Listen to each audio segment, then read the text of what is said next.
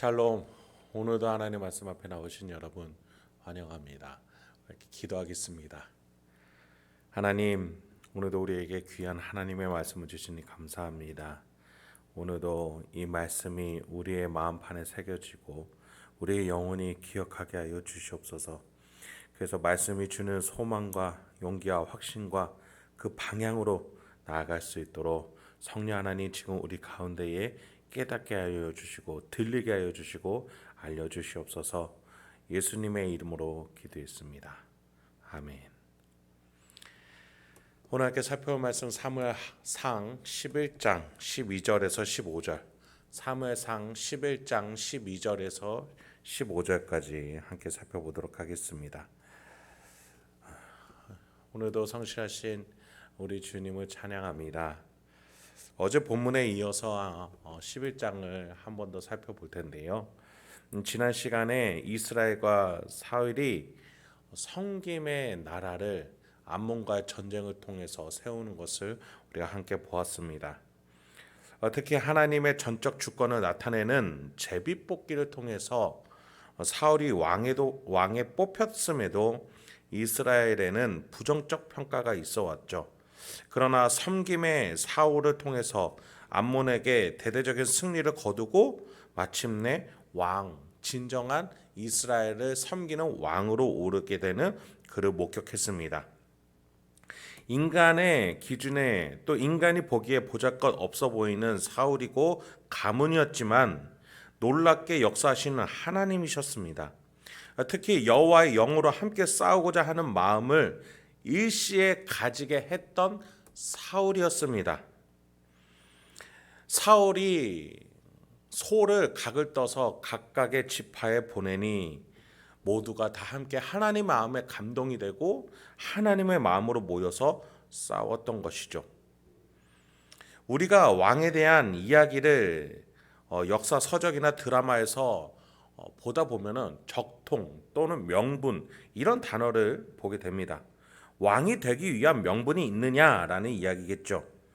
그런 점에서 사울은 하나님 나라에서 하나님의 영으로 이스라엘을 하나님의 백성들을 지켰다라는 의미에서 가장 적합한 명분을 지금 갖게 되었다라는 겁니다.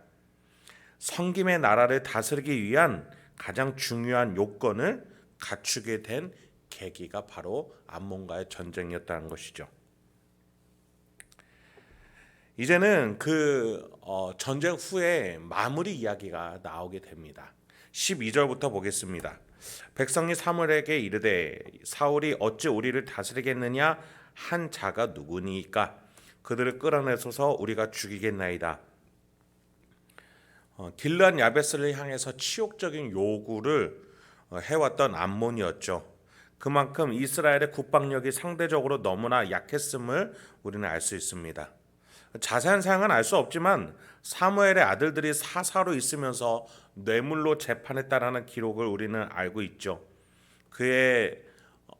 그로 인해서 여러 가지 이스라엘의 행정적, 군사적 영향력들이 부패하기 시작했고 약해졌을 겁니다. 그렇기에 다른 나라와 경계를 맞닿고 있는 도시들, 그 도시들을 잘 지켜줄 수 있었어야 함에도 불구하고 암몬과 붙어 있었던 국경을 가지고 있었던 길랏 야베스 성읍은 암몬에게 아무것도 할 수 없이 농락당할 수밖에 없었던 겁니다. 게다가 사무엘이 사울을 왕으로 삼았음에도 불구하고 사울을 인간된 마음으로 마음에 들어하지 않는 부정적 세력이 대놓고 발언할 정도였습니다. 그러니 나라 전반에도 사울에 대한 이런 의구심을 가지고 있었다라고 말할 수 있겠죠. 오히려 조금만 틈을 보이면은 그들은 반역 세력이 되어서 왕을 바꾸자고까지 할 기세였습니다. 그런 그들을 향해서 사울은 아무것도 할 수 없었습니다. 밭에서 소를 끌고 있을 뿐이었죠. 그런 그가 여호와의 영으로 암몬과 싸울 때에 온 나라의 군사들을 모았고 특히 유다 지파에서 군사 3만 명을 보내주어 그들을 이끌게 되니 마침내 진정한 이스라엘의 리더로 설 수 있게 된 것이었습니다. 그리고 나서 승리하고 돌아오니 누가 사울을 대적하며 누가 사울에게 자격이 없다라고 말할 수 있었겠습니까? 그러니 자연스럽게 12절과 같이 사울을 반대한 자가 누구입니까? 처형합시다. 이러한 반응으로 바뀔 수 있었던 겁니다. 이에 사울이 13절과 같이 말합니다. 사울이 이르되 이 날에는 사람을 죽이지 못하리니 여호와께서 오늘 이스라엘 중에 구원을 베푸셨음이니라. 여러분, 지금 사울의 발언이 너무나도 아름답지 않습니까? 하나님을 높이고 하나님을 경외하는 모습입니다. 자신을 낮춥니다. 자신의 반역 세력을 없앨 수 있는 가장 명분이 좋은 날이 지금 승리하고 돌아온 이날 아닙니까? 또 자기가 그런 것이 아니라 백성들이 청중이 그런 것들을 요구하고 있습니다. 민심이 그렇게 상황을 끌어가고 있음에도 사울은 자기를 높이지 않고 하나님을 높이고 있다는 것입니다.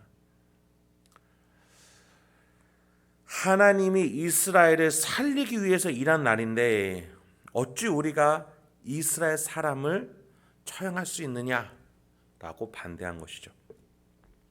지금 사울의 모습, 하나님께 굉장히 친근하고 가까이 하는 모습을 보이게 됩니다.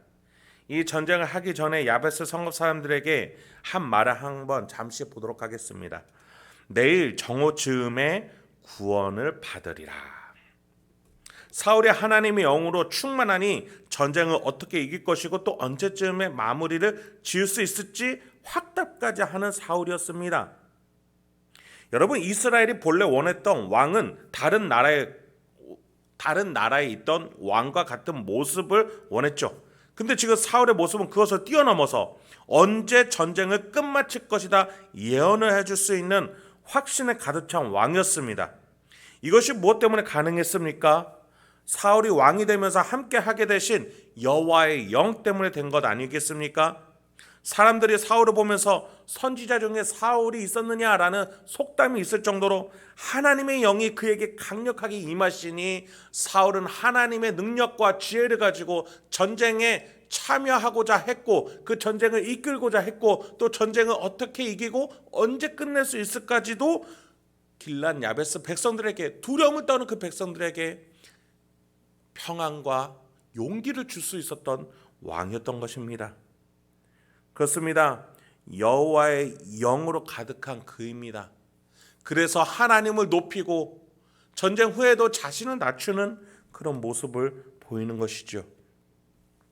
그렇습니다. 여러분, 하나님이 다스리는 영역은 힘으로 다스리면 안 됩니다. 사람 자체가 힘과 강압으로 다스릴 수 있는 존재가 아닙니다.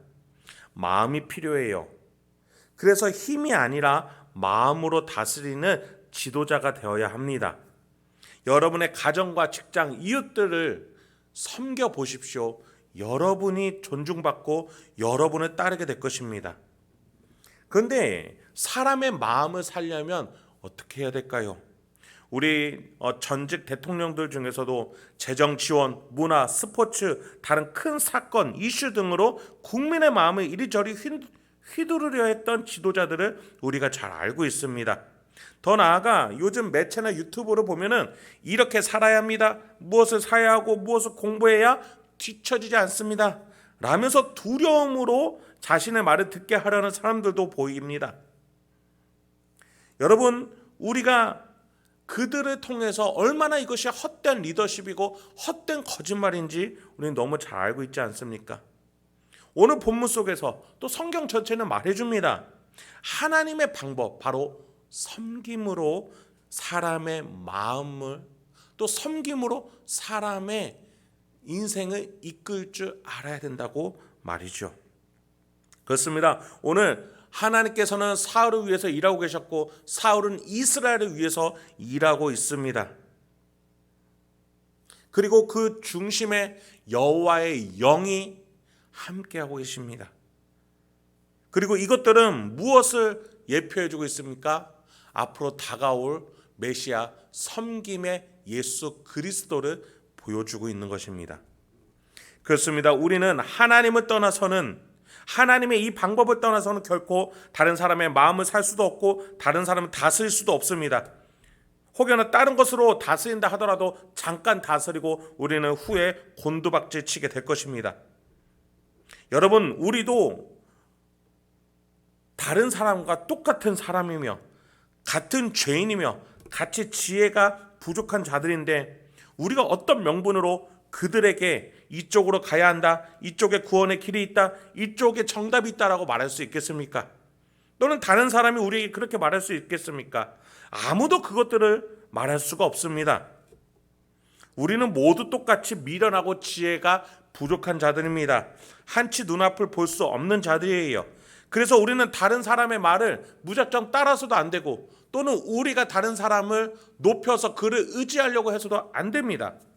오로지 하나님의 마음으로 하나님의 영으로 섬길 줄 알고 순종할 줄 아는 사람, 그 사람을 따르고 우리가 또 그렇게 대할 줄 믿습니다.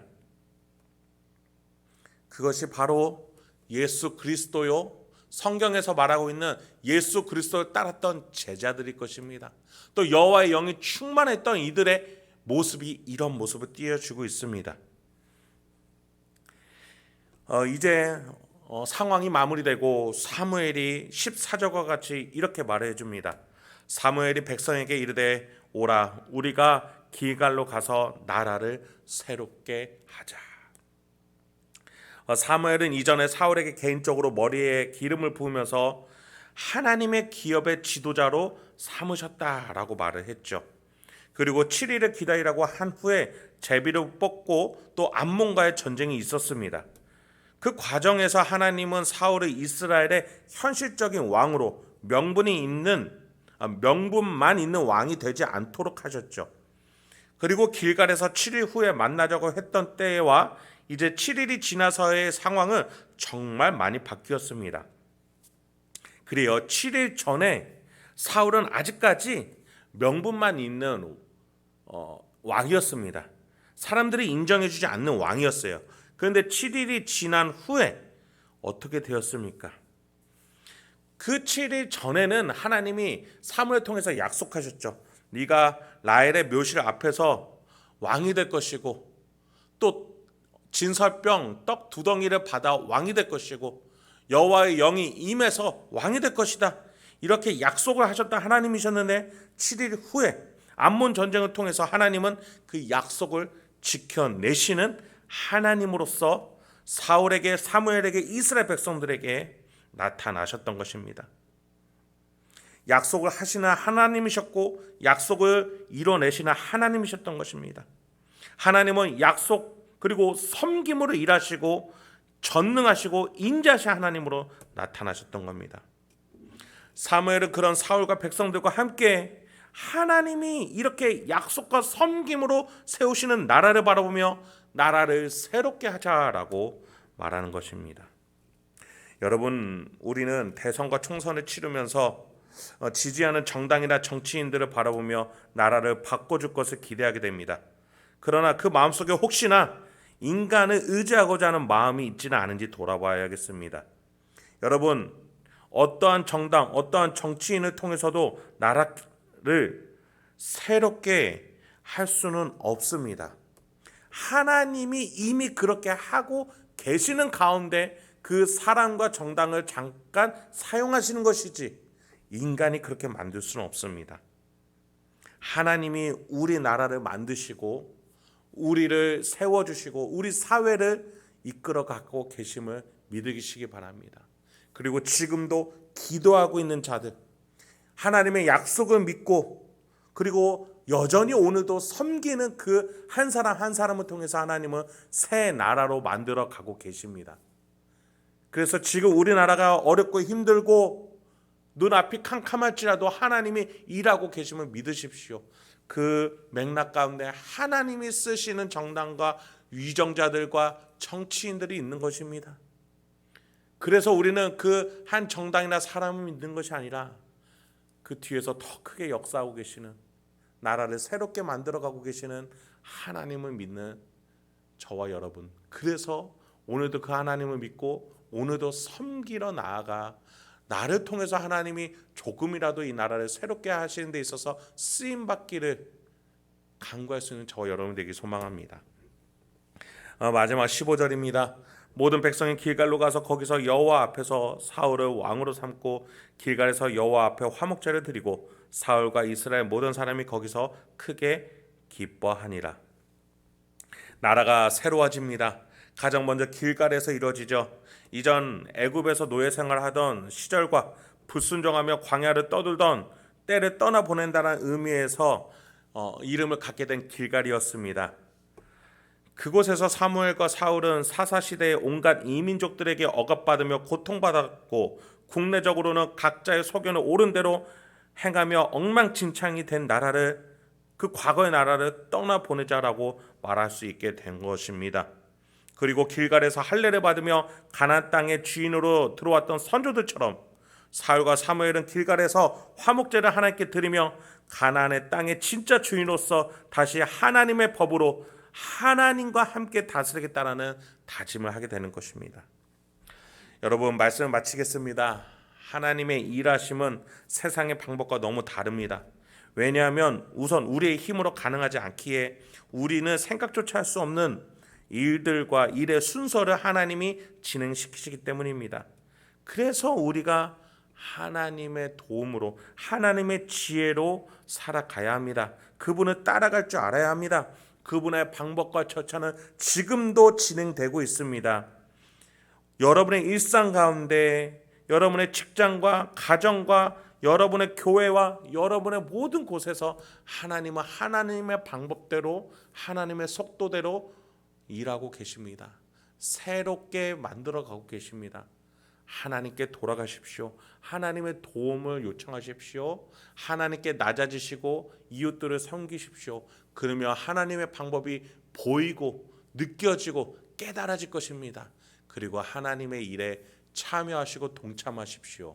그래야 할 때 하나님께서 여러분을 요긴하게 사용하시고 여러분을 높여주시고 인생을 책임져 주실 줄 믿습니다. 오늘도 그렇게 하나님과 승리할 수 있는 저와 여러분이 되길 소망합니다. 함께 기도하겠습니다. 하나님, 오늘도 우리에게 귀한 하나님의 말씀을 허락해 주시니 감사합니다. 오늘도 내가 어떻게 살고 어떤 결정을 내리고 어떠한 판단을 내려야 되는지, 그러한 고민 가운데서 세상의 방법, 인간의 욕망대로 하는 것이 아니라 하나님 앞에서 엎드리고 섬김으로써 하나님이 새롭게 하시는 그 방법과 뜻대로 내가 나아갈 수 있도록 주여 우리에게 깨닫게 하여 주시옵소서. 주여, 이 시간에 주님의 도움을 요청합니다. 주님의 도우심을 간구합니다. 주여 함께하여 주시옵소서. 우리 인생을 통해서 하나님의 나라를 만들어가 주시옵소서. 예수님의 이름으로 기도했습니다. 아멘.